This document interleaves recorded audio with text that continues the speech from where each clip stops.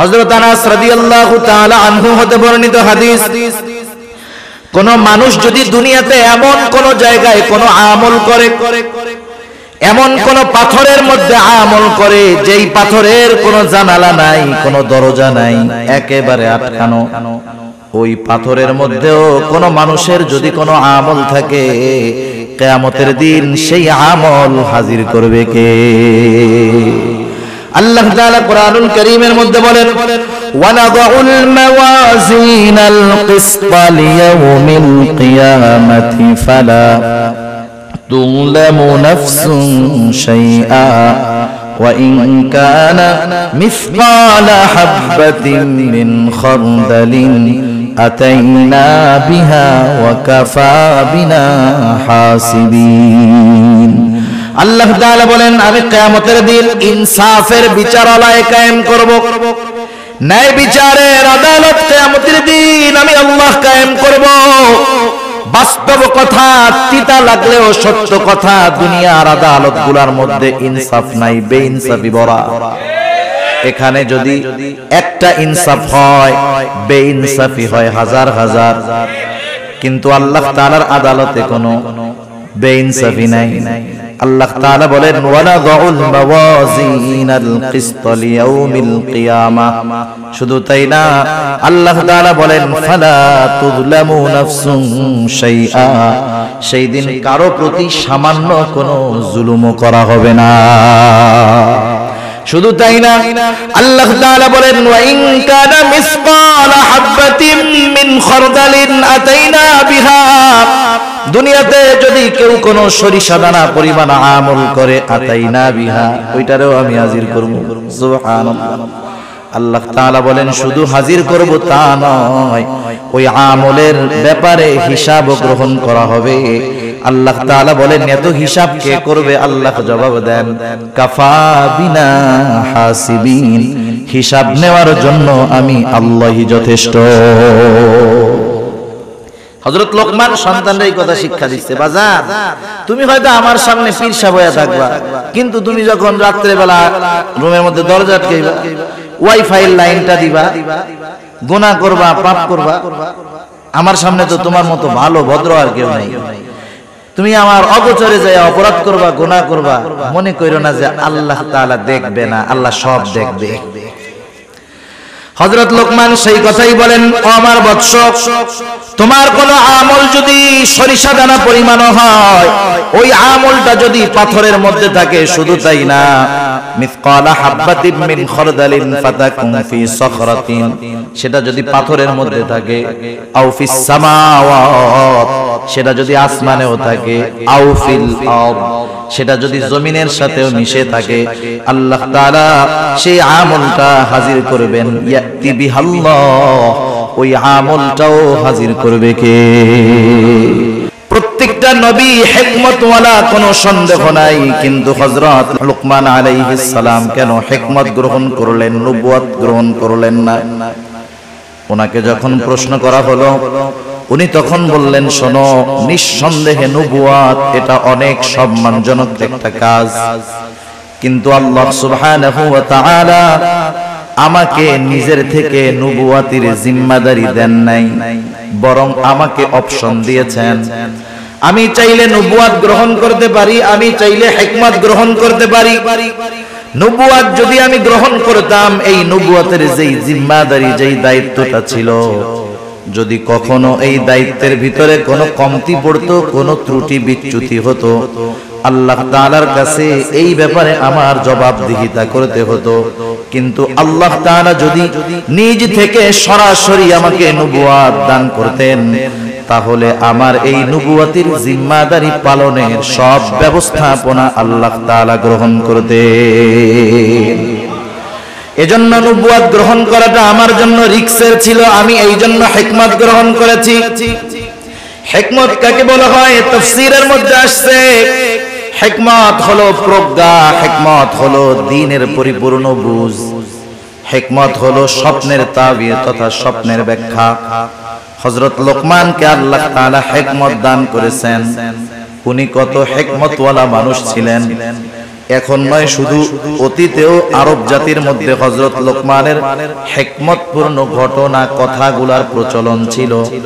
তাফসীরের মধ্যে হাদিসের মধ্যেও হযরত লোকমানের এইরকম কিছু কিছু ঘটনা আছে।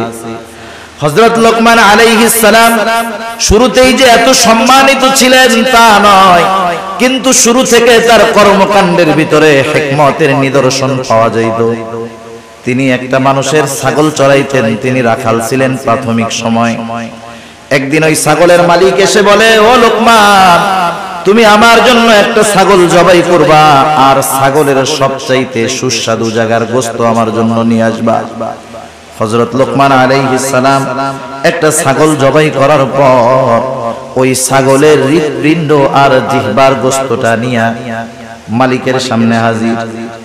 মালিক এবার বলতেছে, লোকমান যাও আর একটা ছাগল জবাই করো, এই ছাগলের সবচাইতে নিকৃষ্ট জায়গার গোশত তুমি আমার সামনে হাজির করবা। এইবার হযরত লোকমান আরেকটা ছাগল জবাই করলেন।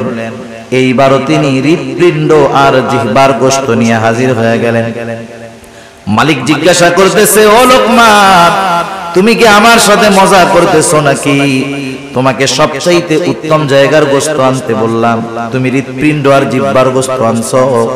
আবার সবচাইতে নিকৃষ্ট জায়গার গোশত আনতে বলেছি, তুমি হৃৎপিণ্ড আর জিহ্বার গোশত নিয়ে হাজির হইলা, কারণ কি?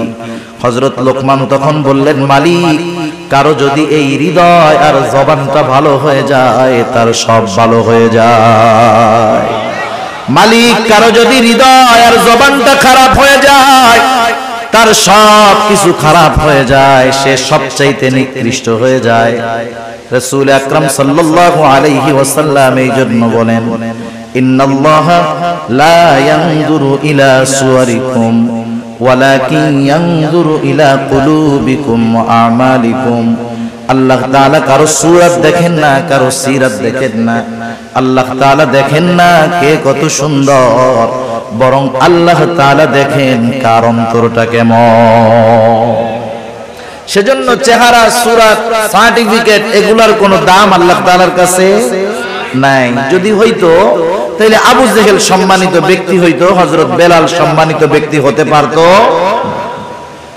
হযরত লোকমান উনিও এরকম ছিলেন, হাবশী কালো গোলাম, কালো, চুলগুলা কোকড়া, পাগুলা ছড়ানো, ঠোঁটটা মোটা। এক কথায় আমাদের দৃষ্টিতে একটা মানুষকে অসুন্দর দেখার জন্য যা কিছু দরকার সব তার মধ্যে ছিল। কিন্তু আল্লাহ সুবহানাহু ওয়া তাআলা কেমন সম্মান দিয়েছেন। হযরত লোকমান তিনি একদিন মানুষের সামনে বক্তব্য দিচ্ছেন, বক্তৃতা দেওয়ার জন্য দাঁড়ায় গেছেন।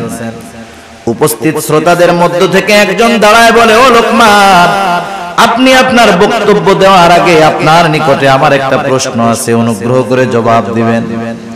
হযরত লোকমান বললেন, হ্যাঁ বলো। লোকটা এবার বলতেছে, আপনি কি সেই লোকমান নাকি যেই লোকমান আমার সাথে বাগানে বাগানে ছাগল চড়ায় বেড়াইতো? আপনি কি সেই লোকমান নাকি?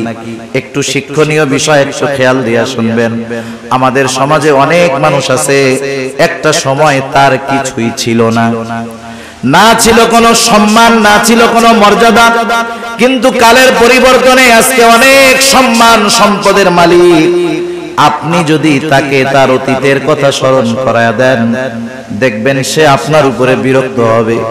সে তার অতীত যে এত খারাপ ছিল, অতীতে যে সে কষ্টে ছিল, সেটা সে ফেস করতে চায় না, সামনে আনতে চায় না, অতীতকে ভুলে থাকতে চায়। কিন্তু স্বাভাবিক বিষয়টা হলো এমন, যেই ব্যক্তি সর্ব অবস্থায় তার অতীতকে স্মরণ রাখে, অতীতের শিক্ষা নিয়ে চলে, অধিকাংশ ক্ষেত্রে এই ধরনের মানুষগুলা শুকরগুজার বান্দা হয়। আর যারা অতীতকে ভুলে যায়, ওরা অধিকাংশ না শুকরগুজার। খেয়াল করে দেখবেন এটা। বনি ইসরাইলের 3 লোকের ঘটনা আছে। একটা ছিল টাকলা, আরেকটার কুষ্ঠ রোগ, আরেকটা হলো চোখে দেখতো না, কানা। আল্লাহ তাআলা পরীক্ষা করতে চাইছেন। প্রথম জনের টাক ঠিক করে দিয়েছেন, ওরে একটা উট দিছে। আরেকজনের কুষ্ঠ রোগ ছিল, কেউ কাছে যাইতো না, আল্লাহ তাআলা ফেরেশতা দিয়ে ঠিক করায় দিলেন। এরপরে তারা একটা গরু দিলেন, সে এক সময় অনেক গরুর মালিক, উটওয়ালা অনেক উটের মালিক। আরেকটা ছিল অন্ধ, আল্লাহ তাআলার পক্ষ থেকে চোখ ঠিক হলো, সে একটা ছাগল পাইলো, তার ছাগলে আল্লাহ বরকত দিলেন, অনেক ছাগল হয়ে গেল। আগের দুইজনকে আবার পরীক্ষা করার জন্য এই তিনজনের কাছে ফেরেশতা আসলো। প্রথম দুইজন কি জবাব দিছে? ফেরেশতা এসে বলছে, আমি মুসাফির, আমার একটা উট দাও, আমি জানি আমার গন্তব্যে পৌঁছাইতে পারি। সে কি কইছে? সে বলছে, আরে মিয়া দেওয়া যাবে না, সমস্যা আছে। এবার ফেরেশতা তাকে মনে করায় দিয়েছে, ওই অতীত, যায় তুমি তো টাকলা ছিলা, তোমার কাছে কেউ আসতো না, কেউ তোমার কাছে ভিড়তো না, আফসোস করতা শুধু আর বলতা, আরে আমার চুল যদি গজাইতো কত ভালো হইতো। আল্লাহ তাআলা তোমার চুল গজায়া দিলেন, তোমাকে উট দিলেন, উটের মধ্যে বরকত দিলেন, তুমি অতীতকে ভুলে গেছো? বলে না, এগুলো আমার আগের থেকেই ছিল। কি কইছে? আগের থেকেই ছিল। ফেরেশতা এবার বলছে, আল্লাহ তাআলা তোমার যদি আগের অবস্থায় তোমারে ফিরায় দিক। এবার তার নেয়ামত চলে গেছে, আগের অবস্থায় ফিরে গেছে। পরের জন যে কুষ্ঠ রোগী, তারও একই অবস্থা, অতীতকেও স্বীকার করছে।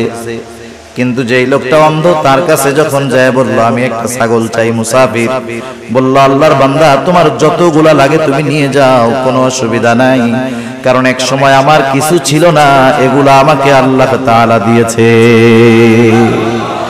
সেই জন্য শুকরগুজার বান্দা, অতীতকে যারা স্মরণ রাখে, অধিকাংশ ক্ষেত্রে তারা হয়। আমাদের সমাজে আমাদেরকে যদি আমাদের কারো অতীত এরকম থাকে, আর কেউ যদি লোক সম্মুখে আমার ওই দুর্বল অতীতটাকে স্মরণ করায়া দেয়, আমি তাকে থ্রেট মাইরা, ভারী মাইরা বসায়া দিব। কিন্তু হযরত লোকমান এমনটা করেন নাই, তিনি সহসা জবাব দিয়ে দিয়েছেন, হ্যাঁ তুমি ঠিক বলেছো, আমি সেই লোকমান যে এক সময় বাগানে বাগানে ছাগল চড়াইতো। সম্মান কমে গেছে অতীত স্বীকার করায়। হযরত লোকমানকে এবার ওই লোকটা প্রশ্ন করতেছে, লোকমান, তাহলে এই পর্যায়ে আপনি যে আসলেন, কোন গুণের কারণে আপনি আসলেন, কোন কারণে আল্লাহ তাআলা আপনাকে এত মর্যাদা দিলেন? হযরত লোকমান বললেন, শোনো, সত্যবাদিতা, আমানতদারিতা, অহেতুক কথাবার্তা থেকে আমি বিরত থেকেছি। আমি মনে করি এই সবের কারণে আল্লাহ রাব্বুল আলামিন আমাকে এই সম্মান দিয়েছে। হযরত লোকমানকে প্রশ্ন করেছে, হযরত লোকমান স্বীকার গিয়েছে, কারণ তিনি ছিলেন একজন শুকরগুজার বান্দা। আল্লাহ তাআলা হযরত লোকমানের ব্যাপারে সেই জন্য বলেন, ওয়ালাকাদ আতাইনা লোকমানাল হিকমাতা আনিশকুর লিল্লাহ, আমি লোকমানকে হিকমত প্রদান করেছি, আনিশকুর লিল্লাহ, যাতে সে আল্লাহ তাআলার শুকরগুজার করে, আল্লাহ তাআলার কৃতজ্ঞতা প্রকাশ করে। এখান থেকে এক নম্বর শিক্ষণীয় আমাদের জন্য হলো, আমরা যখন কোনো নেয়ামত প্রাপ্ত হব, যখন কোনো নেয়ামত পাবো, আমরা শুকর আদায় করব কার? আল্লাহ তাআলার শুকরিয়া আদায়। বলেন তো, আমরা যদি শুকরিয়া আদায় না করি, আল্লাহ তাআলার কৃতজ্ঞতা প্রকাশ যদি আমরা না করি, আল্লাহ তাআলার সম্মান কমে যাবে? কমবে না। আল্লাহ তাআলার যদি শুকর আদায় আমরা না করি, আল্লাহ তাআলার সম্মান কমবে না।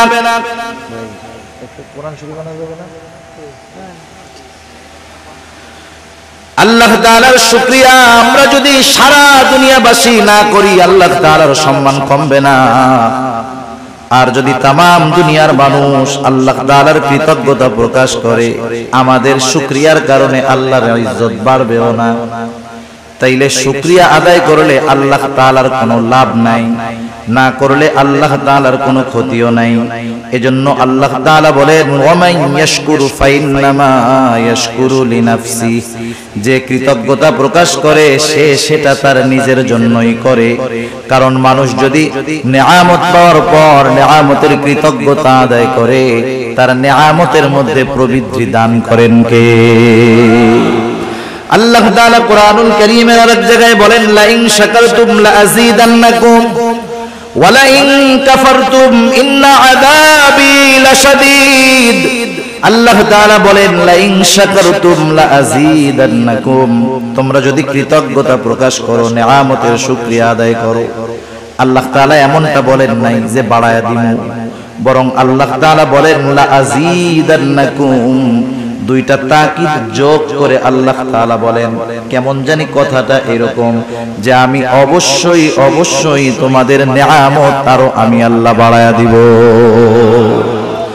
ওয়ালা ইন কাফারতুম, তোমরা যদি কুফরি করো তথা নিয়ামতের কৃতজ্ঞতা প্রকাশ না করো, তাতে আল্লাহ তাআলার কোনো ক্ষতি নাই, বরং ক্ষতি কি? আল্লাহ তাআলা বলেন, যাই না রাখো, ইন্না আযাবি লাশাদীদ, আমার আযাব বড় কঠোর, আযাব বড় শক্ত। তাইলে শুকর গুজার বান্দার নিয়ামত আল্লাহ বাড়ায় দেয়, আর যারা নিয়ামতের শুকরিয়া আদায় করে না আল্লাহ তাআলা তাদের কঠিন আযাবে গ্রেফতার করে। আল্লাহ তাআলা সেই কথাই বলেন, মান কাফারা ফা ইন্নাল্লাহা গনিয়্যুন হামিদ, আর যারা শুকরিয়া আদায় করে না, কুফরি করে, তারা জানা রাখুক, ফা ইন্নাল্লাহা গনিয়্যুন হামিদ, আল্লাহ তাআলা কারো কৃতজ্ঞতার মুখাপেক্ষী নয়। সেজন্য আমরা শুকরিয়া আদায় করলে লাভ আমাদের নিজেদের। এখানে আল্লাহ তাআলা হযরত লোকমানের পরিচয় দিচ্ছেন যে লোকমান তো হিকমতওয়ালা, শুধু হিকমতওয়ালা নয়, লোকমান আমার একজন শুকরগুজার বান্দা। সুবহানাল্লাহ। এইবার সেই লোকমান ছেলেদেরকে কি বলছে, সেই কথাগুলো আল্লাহ তাআলা আমাদেরকে বলতেছে। হযরত লোকমান সন্তানদেরকে নসিহত করতেছে, উপদেশ দিচ্ছে।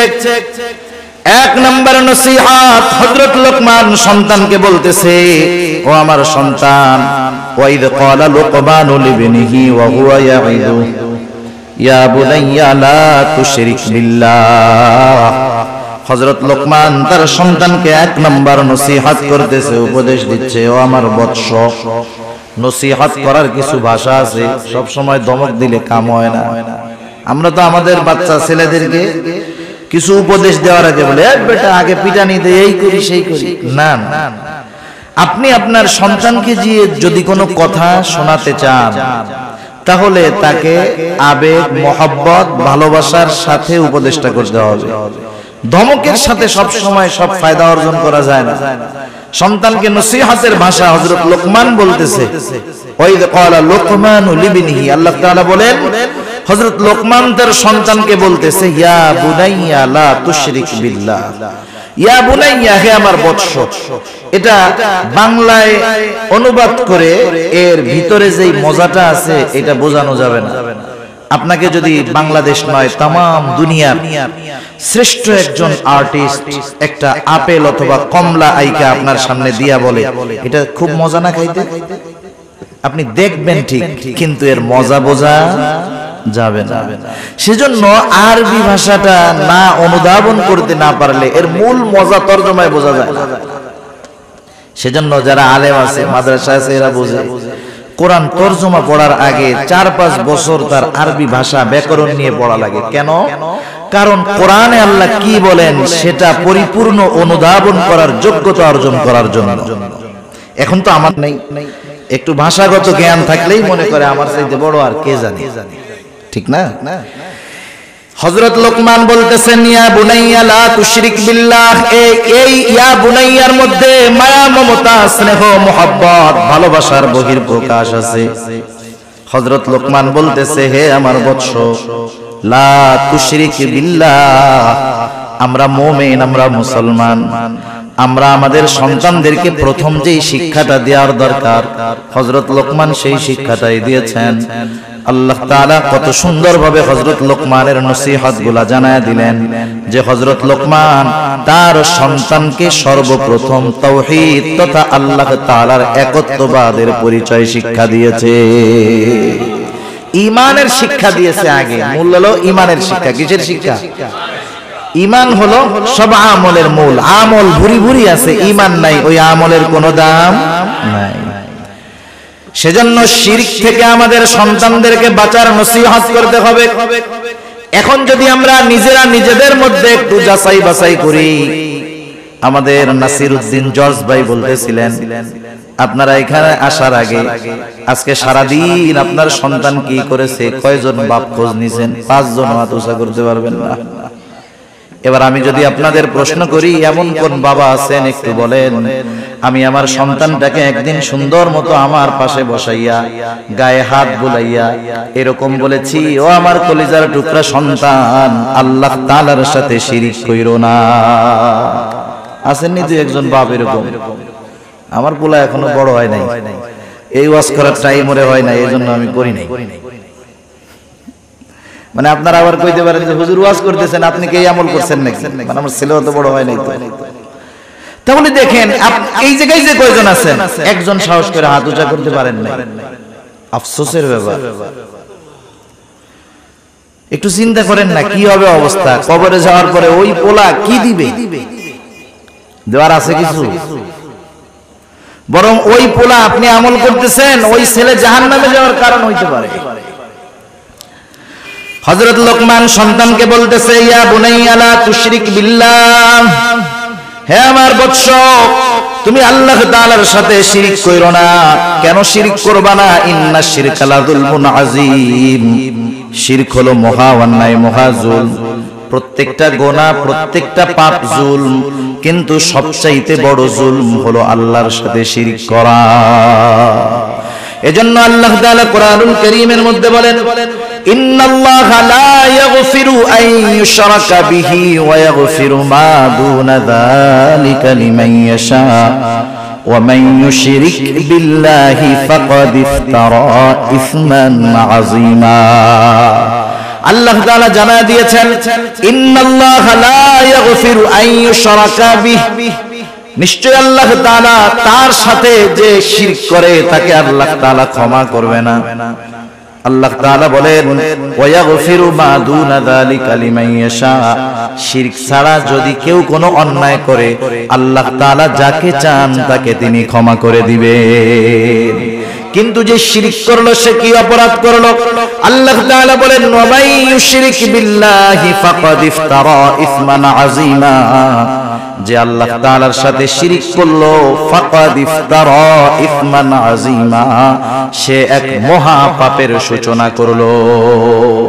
এজন্য এই পৃথিবীতে যার দ্বারা শিরক শুরু হয়েছে, কিয়ামত পর্যন্ত যত শিরক হবে সব শিরকের সমপরিমাণ গুনাহ তার আমলনামায় যোগ হবে।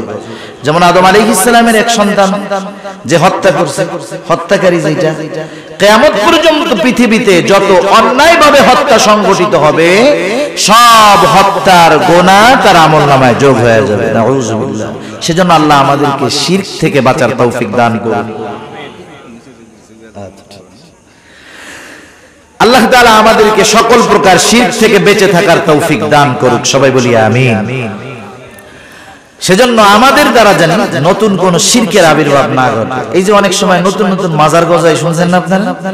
রাত্রের মধ্যে মাজার উঠে যায় একবার, কয়দিন পরে ওই জায়গায় সেজদা দেওয়া, এইসব অপরাধ শুরু হয়। যাদের মাধ্যমে এগুলো শুরু হলো, যতদিন ওইখানে ওই অপকর্ম চলবে তাদের আমলনামায় ওই গুনাহ যোগ হতে থাকবে। আল্লাহ তাআলা এরপর আরেক জায়গায় বলেন, ইন্নাল্লাহা লা ইয়াগফিরু আন ইউশরাকা বিহি ওয়া ইয়াগফিরু মা দুনা যালিকা লিমান ইয়াশা ওয়া মান ইউশরিক বিল্লাহি ফাকাদ যাল্লা যালালান বাঈদা। আল্লাহ তাআলা জানায় দেন, শিরক ছাড়া তিনি সব গুনাহ ক্ষমা করে দিবেন।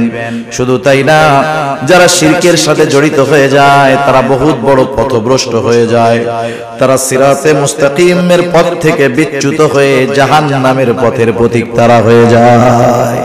আল্লাহ তাআলা বলেন, ফাকাদ যাল্লা যালালান বাঈদা, তারা বহু বড় পথভ্রষ্ট হিসাবে পরিণত হয়।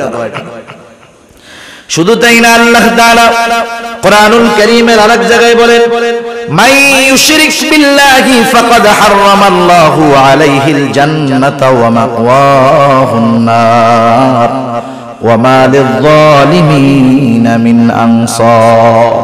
আল্লাহ রাব্বুল আলামিন বলেন, মান ইউশরিক বিল্লাহ, যে আল্লাহ তাআলার সাথে শিরক করে, ফাকাদ হারামাল্লাহু আলাইহিল জান্নাহ, আল্লাহ তাআলা তার জন্য জান্নাতকে হারাম করে দেয়। যারা শিরক করে তাদের জন্য জান্নাত হারাম। জোরে বলেন, তাদের জন্য জান্নাত কি? হারাম, হারাম। শুধু তাই না, আল্লাহ তাআলা বলেন, ওয়া মাওয়াহুন নার ওয়া মা লিয-যালিমিনা মিন নাসীর। আল্লাহ তাআলা বলেন জাহান্নাম এটা কতই না নিকৃষ্ট আবাসস্থল, তাদের জন্য কোনো সাহায্যকারী নাই। আল্লাহ তাআলা যারা শিরক করে তাদের ব্যাপারে একটা উপমা দেন। আল্লাহ তাআলা বলেন ওয়া মান ইউশরিক বিল্লাহ ফাকাআন্নামা খাররা মিনাস সামা ফাতাখতাফুহু আত-তায়রু আও তাহওয়ি বিহির রিহু ফি মাকানিন সাহিক। আল্লাহ তাআলা বলেন মান ইউশরিক বিল্লাহ, যে আল্লাহ তাআলার সাথে শিরক করে, ফাকান্নামা খাররা মিনাস সামা, সে কেমন জানি আসমান থেকে পতিত হয়, আল্লাহ তাআলার জিম্মাদারি তার উপর থেকে উঠে যায়, সে আসমান থেকে পতিত হলো। ফাকান্নামা খাররা মিনাস সামা ফাতাখতাফুহু আত-তায়রু, একটা পাখি তারে সো মাইরা নিয়ে গেল। আও তাহউই বিহির রিহু ফি মাকানিন সাহিক, অথবা প্রচন্ড ঝড় বাতাস তাকে দূরবর্তী অজানা কোন জায়গায় নিক্ষেপ করলো। তার মানে যেই ব্যক্তি শিরক করে সে তার আমল সপ্ত বাদ হয়, জাহান্নামের ঠিকানা তার হয়, জান্নাত হারাম হয়। আল্লাহ তাআলা উপমা দিয়ে বুঝাইলেন সে একেবারে ধ্বংস হয়ে যায়, নিঃশেষ হয়ে যায়, শেষ তার সব, জিন্দেগি বরবাদ, আখিরাত বরবাদ। সেজন্য আমরা কখনো চাই না যে আমাদের সন্তানেরা জাহান্নামী হোক, কেউ চায় না, কেউ চায় না। সেজন্য আমরা আমাদের সন্তানদেরকে বোঝাবো যে আল্লাহর সাথে শিরক কইরো না, কারণ শিরক সবচাইতে বড় জুলম, আর শিরক করলে সবচাইতে বেশি বেজার হন আল্লাহ রাব্বুল আলামিন। এটা হযরত লোকমানের প্রথম নসিহত। এরপরে আল্লাহ সুবহানাহু ওয়া তাআলা এই নসিহতের পরে নিজে কিছু নসিহত করেছেন। সময় সুযোগ হইলে ওইটা আমরা শেষে বলবো। আজকে শুধু হযরত লোকমানের নসিহতগুলো আমরা শুনি, একটু খেয়াল রাখবো, মুখস্থ করার চেষ্টা করব। এক নাম্বার নসিহত, হযরত লোকমান তার সন্তানকে কার সাথে শিরক করতে মানা করছে। দুই নাম্বার, এবার সন্তানকে উদ্দেশ্য করে হযরত লোকমান বলতেছে ইয়া বুনাইয়া ইন্নাহা ইন তাকু মিসকালা হাববাতিন মিন খারদালিন ফাতাকুন ফি সাখরাতিন আও ফিস সামাওয়াতি আও ফিল আরদি ইয়াতি বিহাল্লাহ। আল্লাহর সাথে শিরক করবা না, পাপ করবা না, শিরক করবা না। শুধু তাই না, এবার আল্লাহ তাআলা কতটা সূক্ষ্মদর্শী, তার মানে আল্লাহ তাআলা আমাদেরকে কতটা দৃষ্টির ভিতরে রাখেন। হযরত লোকমান সন্তানকে সেটা বুঝাইতেছেন। প্রত্যেকটা বাচ্চা যদি ছোট থেকে তার মা বাবা বাচ্চাকে যদি শিক্ষা দেয় আল্লাহ তাআলার ব্যাপারে, ওই বাচ্চার মগজে ওই বিশ্বাসটা ঢুকে যায়, সে সব সময় ওই বিশ্বাসের উপরে অটল থাকে। হযরত লোকমান সন্তানকে এবার কি বলতেছে, ইয়া বুনাইয়া ইন্নাহা ইন তাকু মিসকালা হাববাতিন মিন খারদাল। একটু খেয়াল দিয়ে শুনেন। বলতেছে হে আমার বৎস, ইন্নাহা সেই জিনিসটা, ইন্নাহা সেই জিনিসটা, কোন জিনিসটা? মুফাসসিরিনে কেরাম দুইটা মত পাওয়া যায়। এক নম্বর হলো এই ওই জিনিসটার দ্বারা উদ্দেশ্য হলো কোন পাপ। কোন মুফাসসির বলেন পাপ না, সেটা যে কোনো আমল, ভালো আমল হতে পারে, মন্দ আমল হতে পারে। হযরত লোকমান সন্তানকে বলতেছে ও আমার বৎস, তুমি যেই আমলই করো না কেন, ভালো অথবা মন্দ, ইন্নাহা ইন তাকু মিসকালা হাববাতিন।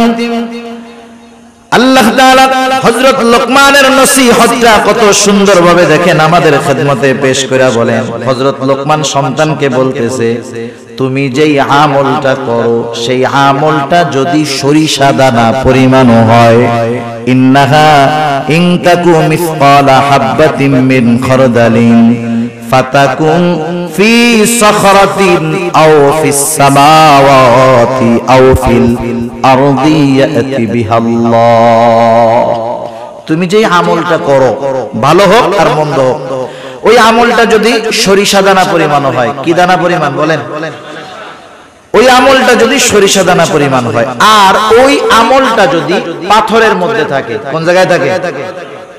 হযরত আনাস রাদিয়াল্লাহু তাআলা আনহু হতে বর্ণিত হাদিস, কোন মানুষ যদি দুনিয়াতে এমন কোন জায়গায় কোন আমল করে, এমন কোন পাথরের মধ্যে আমল করে যেই পাথরের কোন জানালা নাই, কোন দরজা নাই, একেবারে আটকানো, ওই পাথরের মধ্যেও কোনো মানুষের যদি কোনো আমল থাকে, কিয়ামতের দিন সেই আমল হাজির করবে কে? আল্লাহ তাআলা কোরআনুল কারীমের মধ্যে বলেন, ওয়ানাদাউল মাওয়াজিনাল কিসতা লিয়াউমিল কিয়ামাতি ফালা তুযলামু নাফসুন শাইআ ওয়া ইন কানা মিসকালা হাববাতিন মিন খারদালিন আতাইনা বিহা ওয়া কাফা বিনা হাসিবিন। আল্লাহ তাআলা বলেন, আমি কিয়ামতের দিন ইনসাফের বিচারালয় কায়েম করব, ন্যায় বিচারের আদালত কিয়ামতের দিন আমি আল্লাহ কায়েম করব। বাস্তব কথা, তিতা লাগলেও সত্য কথা, দুনিয়ার আদালতগুলোর মধ্যে ইনসাফ নাই, বেইনসাফি ভরা। এখানে যদি একটা ইনসাফ হয়, বেইনসাফি হয় হাজার হাজার, কিন্তু আল্লাহ তাআলার আদালতে কোনো বেইনসাফি নাই। আল্লাহ তাআলা বলেন, ওয়ানাদাউল মাওয়াজিনাল কিসতা লিয়াউমিল কিয়ামাহ। শুধু তাই না, আল্লাহ তাআলা বলেন, ফালা তুযলামু নাফসুন শাইআ। সেই দিন কারো প্রতি সামান্য কোনো জুলুমও করা হবে না। শুধু তাই না, আল্লাহ তাআলা বলেন, ওয়া ইন কানা মিসকালা হাববাতিন মিন খারদালিন আতাইনা বিহা। দুনিয়াতে যদি কেউ কোনো সরিষা দানা পরিমাণ আমল করে, আতাইনা বিহা, ওইটারেও আমি হাজির করব। সুবহানাল্লাহ। আল্লাহ তাআলা বলেন, শুধু হাজির করব তা নয়, ওই আমলের ব্যাপারে হিসাব গ্রহণ করা হবে। আল্লাহ তাআলা বলেন, এত হিসাব কে করবে? আল্লাহ জবাব দেন, কাফা বিনা হাসিবিন। হিসাব নেওয়ার জন্য আমি আল্লাহই যথেষ্ট। হযরত লোকমান সন্তানদের এই কথা শিক্ষা দিচ্ছে, বাজার তুমি হয়তো আমার সামনে পীর সাহেব হয়ে থাকবা, কিন্তু তুমি যখন রাত্রে বেলা রুমের মধ্যে দরজা আটকাইবা, ওয়াইফাই লাইনটা দিবা, গুনাহ করবা, পাপ করবা, আমার সামনে তো তোমার মতো ভালো ভদ্র আর কেউ নাই। তুমি আমার অগোচরে যায় অপরাধ করবা, গুনাহ করবা, মনে কইরো না যে আল্লাহ তাআলা দেখবে না, আল্লাহ সব দেখবে। হযরত লোকমান সেই কথাই বলেন, ও আমার বৎস, তোমার কোন আমল যদি সরিষা দানা পরিমাণ হয়, ওই আমলটা যদি পাথরের মধ্যে থাকে, শুধু তাই না, মিসকালা হাববাতিন মিন খারদালিন ফাতাকুন ফি সখরাতিন, সেটা যদি পাথরের মধ্যে থাকে, আও ফিস সামাওয়াত, সেটা যদি আসমানেও থাকে, আও ফিল আরদ, সেটা যদি জমিনের সাথেও মিশে থাকে, আল্লাহ তাআলা সেই আমলটা হাজির করবেন। ইয়াতি বিহাল্লাহ, ওই আমলটাও হাজির করবে কে? আল্লাহ তাআলা কেন হাজির করতে পারেন? কারণ আল্লাহ তাআলা ইন্নাল্লাহা লাতীফুন খাবীর, কারণ আল্লাহ তাআলা হলেন সব খবর জানে। শুধু তাই না, সূক্ষ্ম দ্রষ্টা, সূক্ষ্ম থেকে সূক্ষ্মাতীত সব বিষয়ের খবর আল্লাহ তাআলার কাছে আছে। আরে আমল সংগঠিত হওয়ার পরে তো সেটা আল্লাহ তাআলা জানেন। আমি যখন কোনো আমল করার চিন্তা করি, বদ আমলের চিন্তা করি, সেটারও খবরও যিনি জানেন তিনি কে? আল্লাহ তাআলা সূরাতুল কাফের মধ্যে বলেন, ওয়ালাকাদ খালাকনাল ইনসানা ওয়া না'লামু মা তুওয়াসওয়িসু বিহি নাফসুহু ওয়া নাহনু আকরাবু ইলাইহি মিন হাবলিল ওয়ারিদ। আল্লাহ তাআলা বলেন, আমি মানুষ সৃষ্টি করেছি, ওয়া না'লামু মা তুওয়াসওয়িসু বিহি নাফসুহু, আমি জানি কোন জিনিস তার অন্তরের মধ্যে ওয়াসওয়াসা দেয়। ওয়াসওয়াসা দেখা যায় নাকি?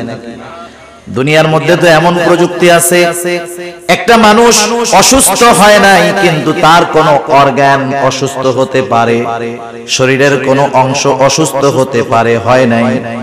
ওই লোকটারে যদি এমআরআই মেশিনের মধ্যে ঢুকায় দেওয়া হয়, রিপোর্ট বের হয়ে আসবে আপনার কিডনি অসুস্থ হয় নাই, তবে হতে পারে, যত্ন নেন।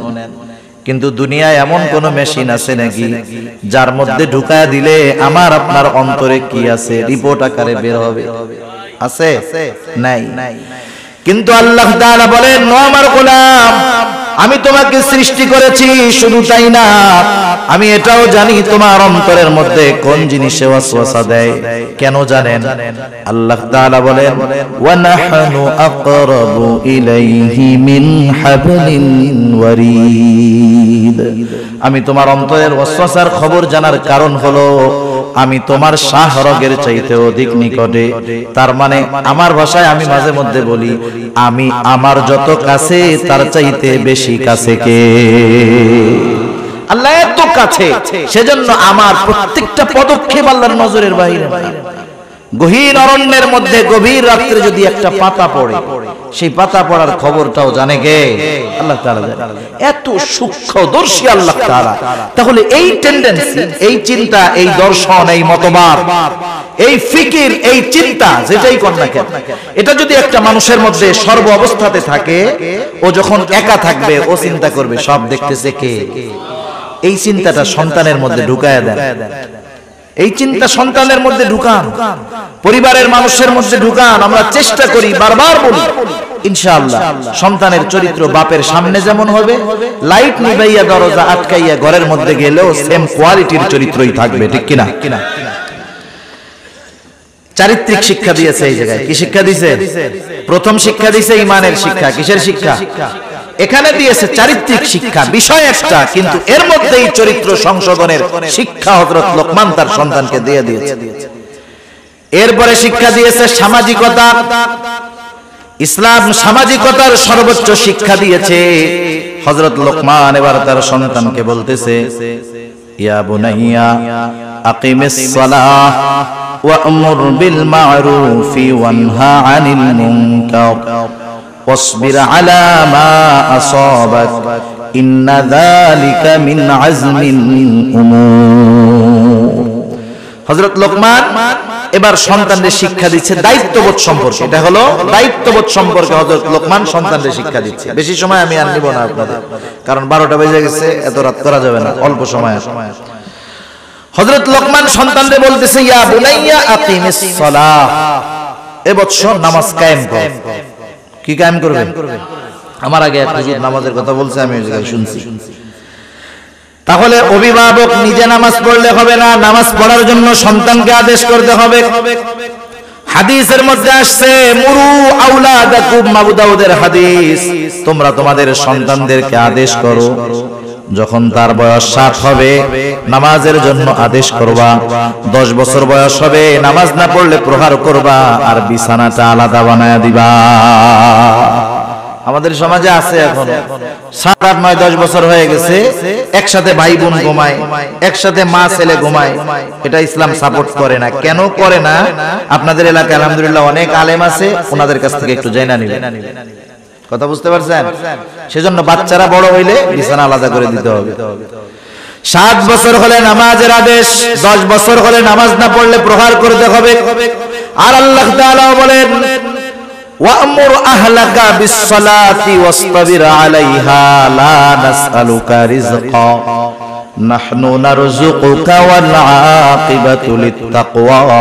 আল্লাহ তাআলা বলেন ওয়া'মুর আহলাকা বিস-সালাহ, তুমি একা নামাজ পড়লে হবে না, তুমি তোমার পরিবার আহাল যারা আছে তাদেরকেও নামাজের জন্য আদেশ দাও। কারণ কিয়ামতের দিন সর্বপ্রথম নামাজের হিসাব হবে। কিয়ামতের দিন প্রথম হিসাব কিসের হবে? নামাজের। এজন্য সন্তানদের নামাজি বানাইতে হবে। যে নামাজি সে সঠিক পথের উপরে থাকার চেষ্টা করে। এরপর হযরত লোকমান তার সন্তানকে বলতেছে ওয়া'মুর বিল মা'রুফি ওয়ানহা আনিল মুনকার, ভালো কাজের আদেশ করো, অসৎ কাজের নিষেধ করো। সন্তানকে হযরত লোকমান বলতেছে আমরা হলাম শ্রেষ্ঠ উম্মত। কি উম্মত? একটু জোরে বল, আরো জোরে বলেন কি উম্মত? আজকে 12ই রবিউল আউয়াল।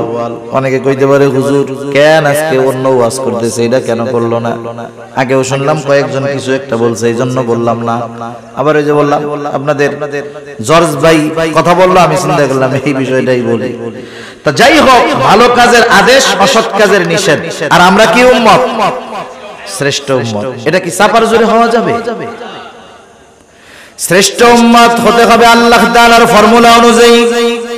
আল্লাহ তাআলা কোরআনুল কারীমের মধ্যে বলেন কুনতুম খায়রা উম্মাতিন উখরিজাত লিন-নাস তা'মুরুনা বিল মা'রুফ ওয়া তানহাউনা আনিল মুনকার ওয়া তু'মিনুনা বিল্লাহ।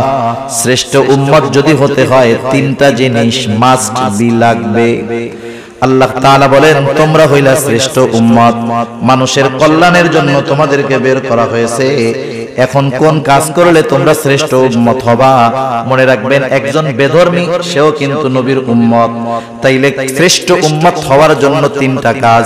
এক নাম্বার কাজ তা'মুরুনা বিল মারুফ, ভালো কাজের আদেশ করবা।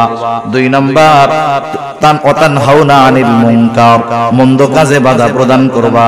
ওয়া তু'মিনুনা বিল্লাহ, আর আল্লাহ তাআলার প্রতি ঈমান আনবা। ঈমানের সাথে ভালো কাজের আদেশ, অসৎ কাজের নিষেধ, এরা হলো শ্রেষ্ঠ উম্মত। এখন যেই জামানা চলতেছে হুজুর, ভালো কাজের আদেশ করলেও জান যায়, মন্দ কাজের থেকে বাধা দিলেও জান শেষ। কি করব? এই কর্মের উপরে ঈমানের স্তর বিন্যাস রয়েছে। রাসূল আকরাম সাল্লাল্লাহু আলাইহি ওয়াসাল্লাম বলেন, মান রাআ মিনকুম মুনকারান ফালইয়ুগাইরহু বিয়াদিহি ফাইন লাম তাসতাতি ফাবিলিসানিহি ফাইন লাম তাসতাতি ফাবিকলবিহি ওয়া যালিকা আযআফুল ঈমান। নবীজি সাল্লাল্লাহু আলাইহি ওয়াসাল্লাম বলেন, তোমাদের মধ্যে কেউ যখন কোনো মন্দ কাজ দেখবে, অন্যায় কাজ দেখবে, ফালইয়ুগাইরহু বিয়াদিহি, সে কাজটা শুধু থামায়া দিবে তা নয়, ফালইয়ুগাইরহু বিয়াদিহি, কাজটাকে সে পরিবর্তন করে দিবে। তার মানে হচ্ছে গুনার কাজ, ওটা থামাবে তো থামাবে, সাথে সাথে ওই দিকে একটা ভালো কাজ চালু করে দিবে। বোঝা গেছে? এইরকম পাওয়ার যার আছে। ঈমানের দাবি হলো তার যদি